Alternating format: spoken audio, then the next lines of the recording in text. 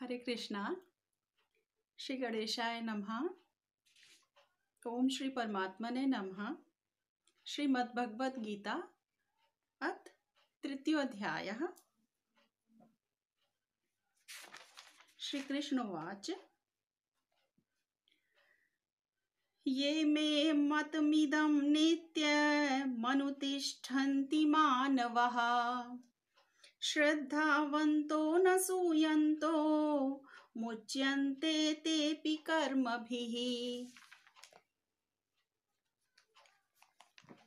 जो व्यक्ति मेरे आदेशों के अनुसार अपना कर्तव्य करते रहते हैं और ईर्ष्या रहित होकर इस उपदेश का श्रद्धापूर्वक पालन करते हैं, वे सकाम कर्मों के बंधन से मुक्त हो जाते हैं।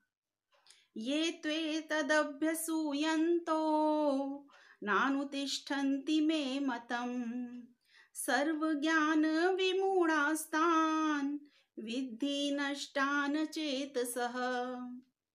किंतु जो ईर्ष्यावश इन उपदेशों की उपेक्षा करते हैं और इनका पालन नहीं करते, उन्हें समस्त ज्ञान से रहित दिग्भ्रमित तथा सिद्धि के प्रयासों में नष्ट भ्रष्ट समझना चाहिए।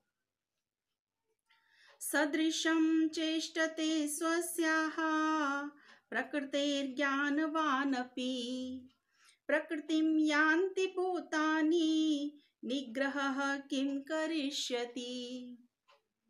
ज्ञानी पुरुष भी अपनी प्रकृति के अनुसार कार्य करता है, क्योंकि सभी प्राणी तीनों गुणों से प्राप्त अपनी प्रकृति का ही अनुसरण करते हैं। भला दमन से क्या हो सकता है। इंद्रियस्येन्द्रियस्यार्थे रागद्वेषौ व्यवस्थितौ तयोर्न वशमागच्छ तौ ह्यस्य परिपन्थिनौ। प्रत्येक इंद्रिय तथा उसके विषय से संबंधित राग द्वेष को व्यवस्थित करने के नियम होते हैं। मनुष्य को ऐसे राग तथा द्वेष के वशीभूत नहीं होना चाहिए, क्योंकि ये आत्म साक्षात्कार के मार्ग में अवरोधक हैं। श्रेयान् स्वधर्मो विगुणः परधर्मात् स्वनुष्ठितात् स्वधर्मे निधनं श्रेयः परधर्मो भयावहः। अपने नियत कर्म को दोषपूर्ण ढंग से संपन्न करना भी अन्य कर्मों को भली भांति करने से श्रेयस्कर है। स्वीय कर्मों को करते हुए मरना पराये कर्मों में प्रवृत्त होने की अपेक्षा श्रेष्ठतर है, क्योंकि अन्य किसी के मार्ग का अनुसरण भयावह होता है। अर्जुन उवाच अथ केन प्रयुक्तोऽयं पापं चरति पूरुषः अनिच्छन्नपि वार्ष्णेय बलादिव नियोजितः। अर्जुन ने कहा, हे वृष्णिवंशी, मनुष्य ना चाहते हुए भी पाप कर्मों के लिए प्रेरित क्यों होता है। ऐसा लगता है कि उसे बलपूर्वक उनमें लगाया जा रहा हो। श्री भगवान उवाच कामेश क्रोधेश रजोगुण समुद्भवः महाशनो महापाप्मा विद्वेन महिवैरिणम्। श्री भगवान ने कहा, हे अर्जुन, इसका कारण रजोगुण के संपर्क से उत्पन्न काम है, जो बाद में क्रोध का रूप धारण करता है और जो इस संसार का सर्वभक्षी पापी शत्रु है। धूमेनाव्रियते वह्निर्यथादर्शो मलेन च यथोल्बेनावृतो गर्भस्तथा तेनेदमावृतम्। जिस प्रकार अग्नि धुएं से, दर्पण धूल से अथवा भ्रूण गर्भाशय से आवृत रहता है, उसी प्रकार जीवात्मा इस काम की विभिन्न मात्राओं से आवृत रहता है। आवृतं ज्ञानमेतेन ज्ञानिनो नित्यवैरिणा कामरूपेण कौन्तेय दुष्पूरेण नलेन च। इस प्रकार ज्ञानमय जीवात्मा की शुद्ध चेतना उसके काम रूपी नित्य शत्रु से ढकी रहती है, जो कभी भी तुष्ट नहीं होता और अग्नि के समान जलता रहता है।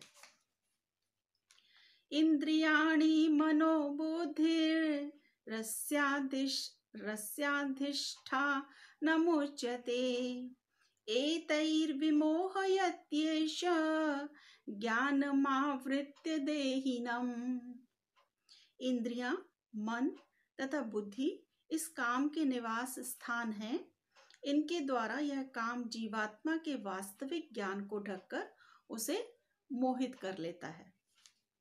तस्मात्त्वमिन्द्रियाण्यादौ नियम्य भरतर्षभ पाप्मानं प्रजह्येनं ज्ञान विज्ञान नाशनम।